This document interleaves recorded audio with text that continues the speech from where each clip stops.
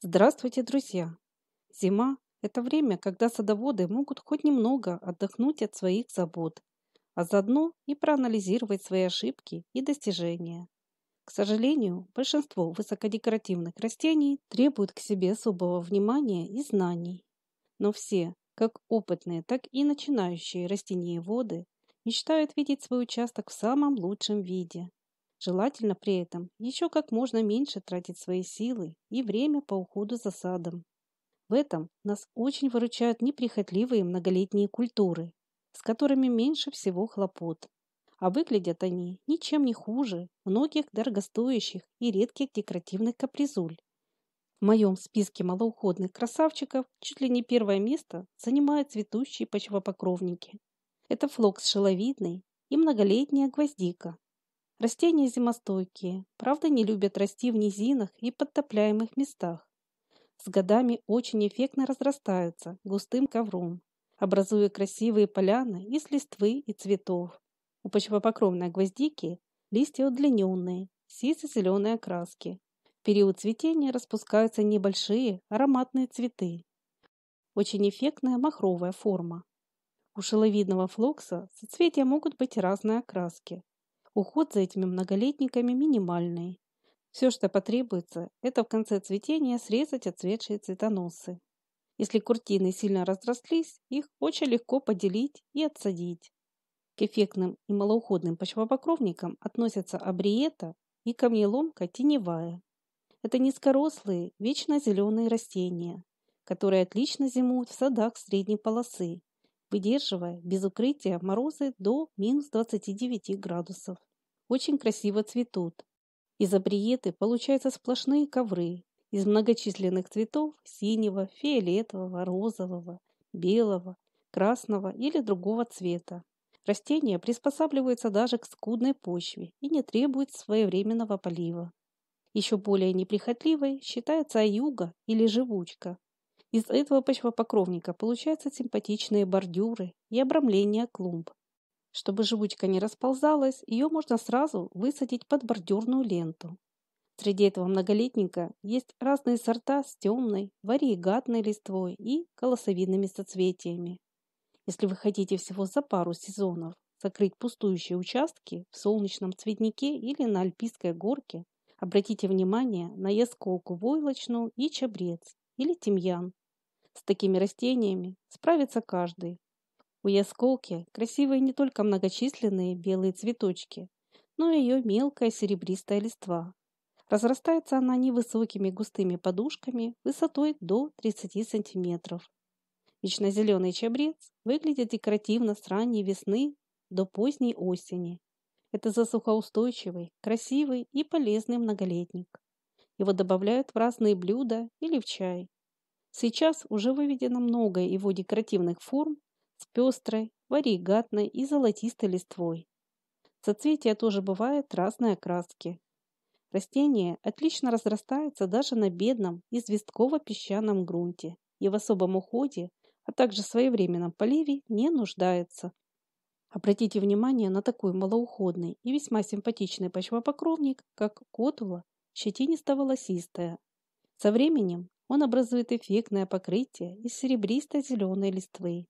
Крайне неприхотливый, еще и симпатично цветет. Летом над пушистым ковром котулы вытягиваются тонкие цветоносы с ярко-желтыми, шаровидными соцветиями, похожими на бусинки. Россыпь золотистых цветов на контрасте серебристой листвы очень привлекает внимание. Растет котула на солнце, в полутени и даже в более тенистых местах. К почве не требовательная. Частый полив ей тоже не нужен. У меня хорошо разрастается даже на глине. Но и на песчаном грунте ей тоже нормально. Если вы мечтаете о пышно цветущих бордюрах или не знаете, чем заменить лаванду, предлагаю посадить более зимостойкие многолетники, котовник и декоративный шалфей. Эти растения не только красиво, но и долго цветут. Сортов котовника и шалфея сейчас уже очень много. Есть и более компактные, низкорослые и повыше. Также можно подобрать сорта с разной окраской соцветий. Из самых популярных это котовник Little Touch, Kit Kat, Junior Walker и другие. Кстати, котовники радуют своей зеленью уже с самой ранней весны. Шалфей также есть с разной листвой и цветами. Интересный вариегатный шалфей триколор. Он отрастает эффектной подушкой высотой до 35 сантиметров и шириной около 50 сантиметров. Очень красивый шалфей дубравный карадонна. Он бывает с фиолетово-синими и розовыми колосками. Высокодекоративные компактные сорта Bright Rose, Deep Blue, Marcus и другие. Если у вас мало времени по уходу за садом, посадите тысячелистник птармика. За его необычные белоснежные соцветия его еще называют жемчужницей. Высота этого многолетника около 60 сантиметров. Цветет летом очаровательными махровыми шариками. Веточки жемчужницы отлично сочетаются со многими цветами, подходят для оформления букетов, а также радуют в качестве сухоцвета.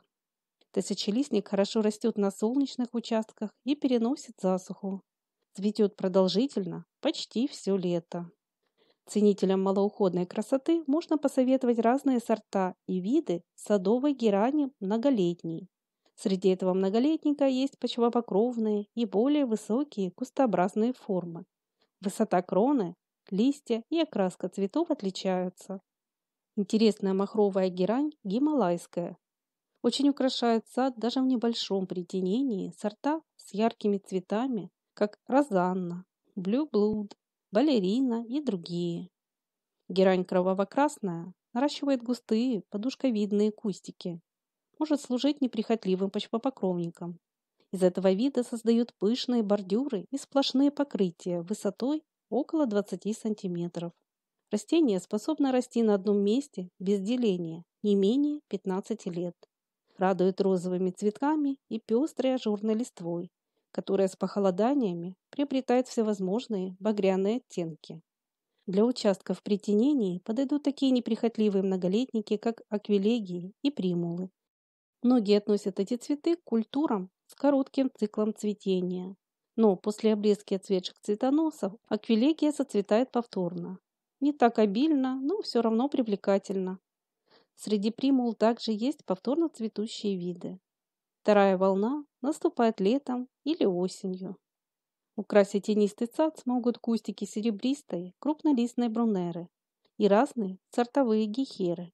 Для малоуходных цветников отлично подойдет смолка и матрикария. Не забывайте также про разные очитки, с которыми справятся даже дети. Есть низкорослые, почвопокровные и более высокие седумы, такие как очиток видный. Эти растения засухоустойчивые, зимостойкие, растут, можно сказать, сами по себе. Преобразить сад в начале лета могут разные аллиумы. Я очень люблю эти растения за их простоту выращивания и декоративный вид. Есть декоративные луки с роскошными шаровидными соцветиями, диаметр которых достигает 15-25 сантиметров. Это сорта Гигантиум, Гладиатор и Глоубмастер. Их соцветия на высоких стеблях интересно смотрятся даже в сухом виде. Одними из неприхотливых многолетних цветов являются ирисы и лилейники. Своими ярко-желтыми цветами радует энотера, хотя среди нее есть растения и с другой окраской соцветий. Для более влажных мест подойдут традисканция виргинская и калужница.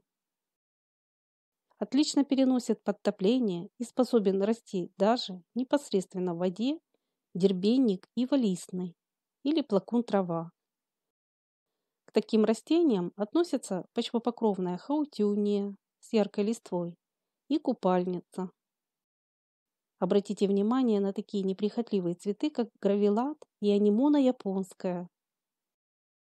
Все лето цветет очаровательными ажурными цветками засухоустойчивая скабиоза. К малоуходным цветам относятся эшольца и портулак. Самое подходящее место для них – это открытые солнечные клумбы. А многолетний ампельный портулак можно выращивать не только в саду, но и как контейнерную культуру, например, в подвесных кашпо. Размножают этот цветок вегетативно, черенкованием. Для малоуходных садов в природном стиле отлично подойдут кровохлебка и разные перетрумы. Также украсят территорию всевозможные колокольчики и наперстянки. Очень мило цветут разнообразные мальвы и седальцы. Довольно простой в выращивании гибискус травянистый.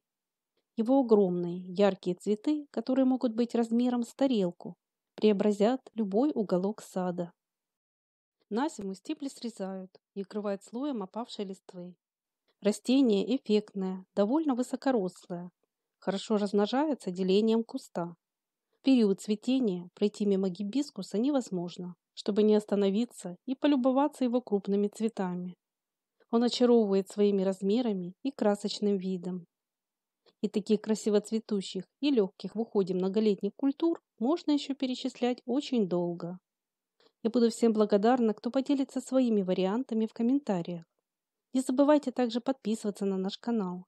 Это очень удобно, чтобы всегда быть в курсе и не пропускать выход новых роликов. А если это видео было вам интересным, не забудьте, пожалуйста, поставить свой лайк. И до новых встреч на нашем канале Добрый сад.